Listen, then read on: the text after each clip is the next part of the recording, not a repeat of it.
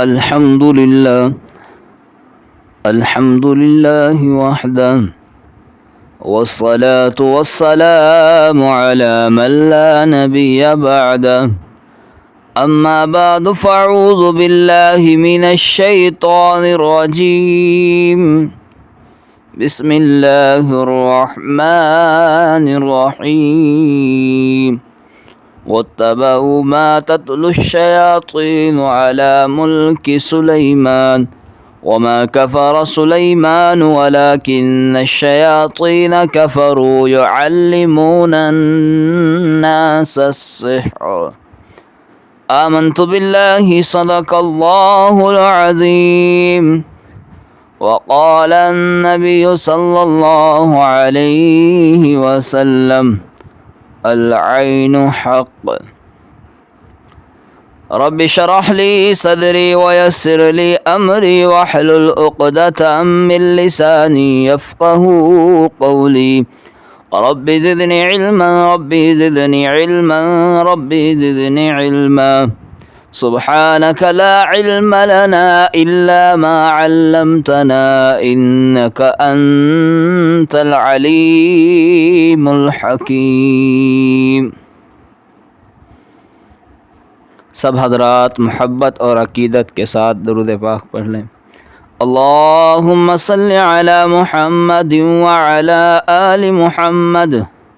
كما صليت على إبراهيم وعلى آل إبراهيم إنك حميد مجيد۔ اللهم بارك على محمد وعلى آل محمد كما باركت على إبراهيم وعلى آل إبراهيم إنك حميد مجيد۔ برادران اسلام، بھائیوں، دوستوں اور بزرگوں اور عزیز نوجوان ساتھیوں، پچھلے جمعے جادو کا وجود قرآن اور احادیث کی روشنی میں جادو کے وجود کے متعلق گفتگو کی تھی کہ جادو کا وجود ہے، لیکن یہ جادو کرنا کوئی اچھا کام نہیں ہے، اچھی چیز نہیں ہے، بلکہ جادو کرنا یہ شیطانی عمل ہے، کفریہ کام ہے، اور اس جادو کے لینے والے کا آخرت میں کوئی حصہ نہیں ہے۔ اللہ تبارک و تعالی ایسے بندے سے کہ جو جادو جیسا کفریہ عمل کرتا ہے، جادو کرتا ہے، اللہ ایسے بندے سے بری الذمہ ہے، اللہ پر ایسے بندے کی کوئی ذمہ داری نہیں۔ بہرحال بھائیو، دوستوں اور بزرگوں، آج خطبہ جمعے کے موقع پر ہم انشاءاللہ جنات اور نظر بد کی حقیقت کو قرآن اور احادیث مبارکہ کی روشنی میں بیان کریں گے۔ اللہ تبارک و تعالی سے دعا ہے کہ اللہ تعالی حق سچ کہنے کی توفیق عطا فرمائے۔ سننے سنانے سمجھنے سمجھانے کے بعد اللہ تبارک و تعالی مجھے اور آپ کو اپنے احکامات پر پورا عمل پیرا ہونے کی توفیق عطا فرمائے۔ جادو کا وجود اللہ تبارک و تعالی، جنات کا وجود اللہ تبارک و تعالی قرآن مجید فرقان حمید کے اندر فرماتے ہیں کہ وَمَا خَلَقْتُ الْجِنَّ وَالْإِنسَ إِلَّا لِيَعْبُدُونَ،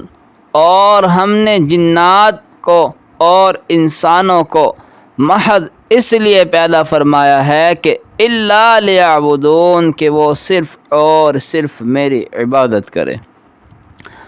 اس آیت کریمہ کے اندر اللہ تبارک و تعالی نے جن اور انس کی تخلیق کا ذکر کیا ہے کہ جس طرح انسان اللہ کی مخلوق ہے، اسی طرح جنات بھی اللہ کی مخلوق ہے، یا جس طرح انسانوں کا وجود ہے اسی طرح جنات کا بھی وجود ہے۔ اور حضرت ام عائشہ رضی اللہ تعالی عنہ فرماتی ہیں کہ آپ صلی اللہ علیہ وسلم نے ارشاد فرمایا کہ فرشتوں کو نور سے پیدا کیا گیا ہے، جنات کو آگ کے شعلے سے پیدا کیا گیا ہے، اور حضرت آدم علیہ السلام کو اس مادے سے پیدا کیا گیا ہے جس کو تمہارے لیے ذکر کیا ہے، یعنی انسانوں کو اللہ نے مٹی سے پیدا فرمایا ہے۔ تو اس احادیث مبارکہ کے اندر یہ جو 3 طرح کی مخلوق ہے، پہلی مخلوق فرمایا کہ فرشتے جنہیں ہم نورانی مخلوق کہتے ہیں، اللہ نے فرشتوں کو نور سے پیدا فرمایا ہے۔ اور دوسری مخلوق جس کا اس حدیث مبارکہ کے اندر ذکر ہے، جنات کی مخلوق ہے جس کو اللہ نے آگ سے پیدا فرمایا ہے۔ اور تیسری مخلوق جس کا اس حدیث مبارکہ کے اندر ذکر ہے وہ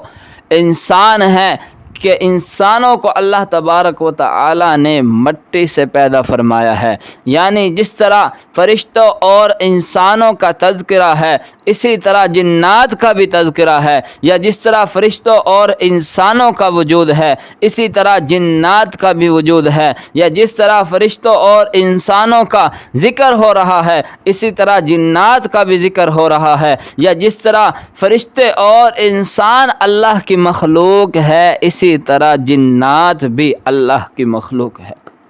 تو بہرحال اس آیت کریمہ اور احادیث مبارکہ سے یہ بات واضح ہو گئی کہ جس طرح انسان اللہ کی مخلوق ہے اسی طرح جنات بھی اللہ کی مخلوق ہے، اور جس طرح انسان اس دنیا میں رہتے ہیں اور بستے ہیں اسی طرح جنات بھی اس دنیا میں رہتے ہیں اور بستے ہیں۔ اور اسی طرح میرے بھائی دوست اور بزرگوں،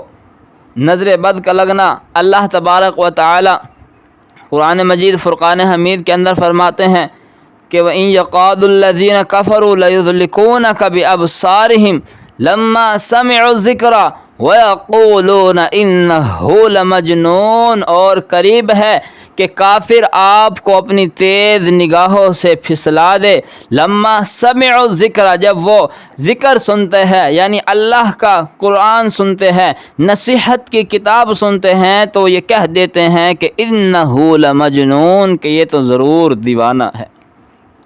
اس آیت کریمہ کے اندر اللہ تبارک و تعالی اس بات کی طرف اشارہ فرما رہے ہیں کہ یہ جو کافر ہیں یہ اپنی تیز نگاہوں سے نبی علیہ الصلاۃ والسلام کو دیکھتے ہیں، یعنی حسد کی نگاہوں سے دیکھتے تھے، اور یہ چاہتے تھے کہ آپ صلی اللہ علیہ وسلم کو نظر لگ جائے، لیکن اللہ نے آپ کی حفاظت کا ذمہ لیا ہے، اللہ کی مدد آپ کے شامل حال ہے، اللہ آپ کی حفاظت فرما رہے ہیں، ورنہ یہ کافر تو چاہتے تھے کہ آپ کو ایسی نظروں سے دیکھتے تھے، تیز نظروں سے دیکھتے تھے، حسد کی نظروں سے دیکھتے تھے، اور یہ چاہتے تھے کہ آپ کو نظر لگ جائے۔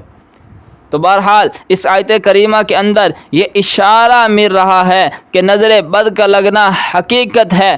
برحق ہے، اس لیے اللہ تبارک و تعالی نے اس آیت کریمہ کے اندر کافروں کی تیز نگاہوں کا ذکر فرمایا ہے، کافروں کی تیز نگاہوں کا تذکرہ کیا ہے۔ اور میرے بھائی دوست اور بزرگوں، حضرت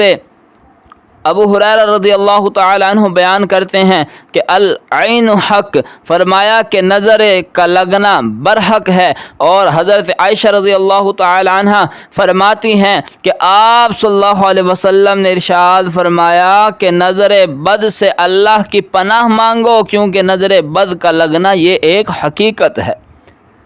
تو اس حدیث مبارکہ سے بھی میرے بھائی دوست اور بزرگوں معلوم ہوا کہ نظر بد کا لگنا ایک حقیقت ہے، یہ کوئی جہالت کی باتیں نہیں ہیں، یہ کوئی خیالات کی باتیں نہیں ہیں، بلکہ یہ ایک حقیقت ہے۔ یعنی اگر نظر بد نہ لگتی ہوتی تو آپ صلی اللہ علیہ وسلم کیوں فرماتے کہ نظر بد سے بچو اور نظر بد سے اللہ کی پناہ مانگو؟ تو بہرحال نظر بد بھی لگنا یہ ایک حقیقت ہے، یہ برحق ہے، یہ کوئی خیالات کی باتیں نہیں ہیں، یہ کوئی بکواس نہیں ہے، اور یہ کوئی تہمات نہیں ہے، یہ ایک حقیقت ہے۔ اسی لیے آپ صلی اللہ علیہ وسلم نے فرمایا کہ نظر بد سے بچو اور نظر بد سے اللہ کی پناہ مانگو۔ اسی طرح میرے بھائی دوست اور بزرگوں، اب جادو، جنات اور نظر بد سے بچاؤ کا شرعی طریقہ کیا ہے، جادو، جنات اور نظر بد سے بچاؤ کا شرعی عمل کیا ہے، اس کے متعلق میں ایک واقعہ احادیث مبارکہ کی روشنی میں اور ایک احادیث مبارکہ آپ حضرات کے سامنے بیان کر اپنی باتوں کو سمیٹتا ہوں، کیونکہ ٹائم مختصر ہوتا ہے۔ کہ حضرت زید بن ارقم رضی اللہ تعالی عنہ بیان کرتے ہیں کہ نبی اکرم صلی اللہ علیہ وسلم کے پاس ایک یہودی شخص آیا کرتا تھا۔ آپ صلی اللہ علیہ وسلم اس یہودی سے بے خوف تھے، چنانچہ اس یہودی نے آپ صلی اللہ علیہ وسلم پر جادو کر دیا اور پھر اس جادو کو یعنی اس جادو کی گرہیں باندھی اور ان گرہوں کو اس یہودی شخص نے ایک انصاری کے کنویں میں ڈال دیا۔ آپ صلی اللہ علیہ وسلم اس جادو کے بعد کچھ دن بیمار رہے، اور حضرت ام عائشہ رضی اللہ تعالی عنہ روایت کرتی ہیں کہ آپ صلی اللہ علیہ وسلم اس جادو کے بعد تقریباً 6 مہینے تک بیمار رہے۔ چنانچہ 2 فرشتے آپ صلی اللہ علیہ وسلم کے پاس آئے۔ ایک فرشتہ آپ صلی اللہ علیہ وسلم کے پاؤں مبارک کی طرف بیٹھ گیا اور دوسرا فرشتہ آپ صلی اللہ علیہ وسلم کے سرہانے مبارک کی طرف بیٹھ گیا۔ تو ایک فرشتے نے عرض کی، کیا آپ کو معلوم ہے کہ آپ کو کیا تکلیف ہے؟ تو دوسرا فرشتہ بولا کہ آپ صلی اللہ علیہ وسلم پر فلاں یہودی شخص نے جادو کر دیا ہے۔ اتنے میں حضرت جبرائیل علیہ السلام معوذتین لے کر نبی اکرم صلی اللہ علیہ وسلم کے پاس آئے اور کہا کہ اے اللہ کے رسول صلی اللہ علیہ وسلم، آپ پر فلاں یہودی شخص نے جادو کی گرہیں باندھی ہے اور پھر ان جادو کی گرہوں کو اس یہودی نے فلاں انصاری کے کنویں میں ڈال دیا ہے۔ چنانچہ آپ صلی اللہ علیہ وسلم نے ایک آدمی کو وہ جادو کی گرہیں اٹھانے کے لیے بھیجا، اور ایک روایت میں آتا ہے کہ آپ صلی اللہ علیہ وسلم نے حضرت علی رضی اللہ تعالی عنہ کو بھیجا۔ جب وہاں پہنچے تو حضرت علی رضی اللہ تعالی عنہ نے وہ جادو کی گرہیں اٹھائی اور دیکھا کہ کنویں کا پانی زد ہو چکا ہے۔ چنانچہ وہ جادو کی گرہیں حضرت علی رضی اللہ تعالی عنہ لے کر آپ صلی اللہ علیہ وسلم کے پاس آ گئے۔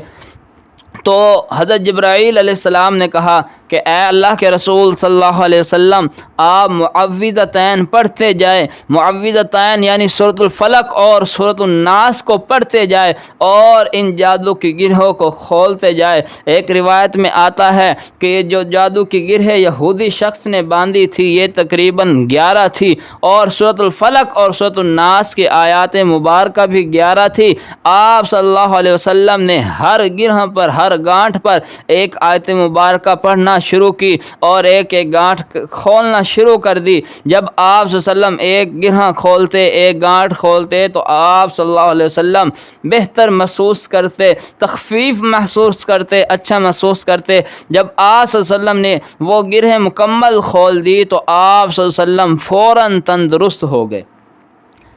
اس کے بعد بھی وہ یہودی شخص آپ صلی اللہ علیہ وسلم کے پاس آتا رہا۔ آپ صلی اللہ علیہ وسلم نے اس یہودی سے کوئی بات نہیں کی اور نہ ہی اسے کبھی سزا دی، کہ حتیٰ کہ یہاں تک کہ وہ فوت ہو گیا۔ تو بہرحال میرے بھائی، دوست اور بزرگوں، اس واقعے سے ہمیں یہ سبق ملتا ہے، یہ معلوم ہوتا ہے کہ اگر کسی کے اوپر جادو ہو جائے تو اس سے بچاؤ کا شرعی عمل یہ ہے، شرعی طریقہ یہ ہے کہ اس پر جو ہے معوذتین یعنی سورۃ الفلق اور سورۃ الناس پڑھ کر دم کیا جائے، اور اسی طرح سورۃ الفلق اور سورۃ الناس کا زیادہ سے زیادہ ورد کیا جائے۔ اور حضرت ابو سعید خدری رضی اللہ تعالی عنہ بیان کرتے ہیں کہ آپ صلی اللہ علیہ وسلم جنات اور انسانوں کی نظر بد سے اللہ کی پناہ مانگے کرتے تھے، حتیٰ کہ معوذتین نازل ہو گئی، یعنی سورۃ الفلق اور سورۃ الناس۔ جب یہ 2 مبارک سورت نازل ہوئی تو آپ صلی اللہ علیہ وسلم نے ان 2 سورتوں کو لے لیا اور باقیوں کو چھوڑ دیا۔ اب میرے بھائی، دوست اور بزرگوں، ان باتوں کا خلاصہ یہی ہے کہ جادو، جنات اور یہ نظر بد لگنا یہ ایک حقیقت ہے، یہ کوئی جہالت کی باتیں نہیں ہیں، یہ کوئی توہم و خیالات نہیں ہیں، بلکہ قرآن اور احادیث مبارکہ میں اس کے بارے میں بے شمار دلائل موجود ہے، اور اب ان سے بچاؤ کا شرعی طریقہ بھی معلوم ہو گیا کہ جادو، جنات اور نظر بد، یعنی اگر کسی کے اوپر جادو ہو جائے، کسی کو نظر بد لگ جائے، یا کسی کے اوپر جو ہے جنات کا سایہ ہو جائے، تو اس سے شرعی طریقہ بچاؤ کا یہ ہے کہ سورۃ الفلق اور سورۃ الناس پڑھ کر اس پر دم کیا جائے، سورۃ الفلق اور سورۃ الناس کا ورد کیا جائے۔ انشاءاللہ اگر جادو ہوا تو جادو سے، اگر جن کا سایہ ہوا جنات کے سائے سے، اگر نظر بد لگی ہوئی ہے تو نظر بد سے، انشاءاللہ ان دو مبارک صورت کی برکت سے وہ ان چیزوں سے نجات پا لے گا۔ اللہ تبارک و تعالی سے دعا ہے کہ اللہ تعالی ہمیں دین کی صحیح سمجھ نصیب فرمائے اور ہماری صحیح اصلاح فرمائے۔ آمین یا رب العالمین، وما علینا الا البلاغ المبین۔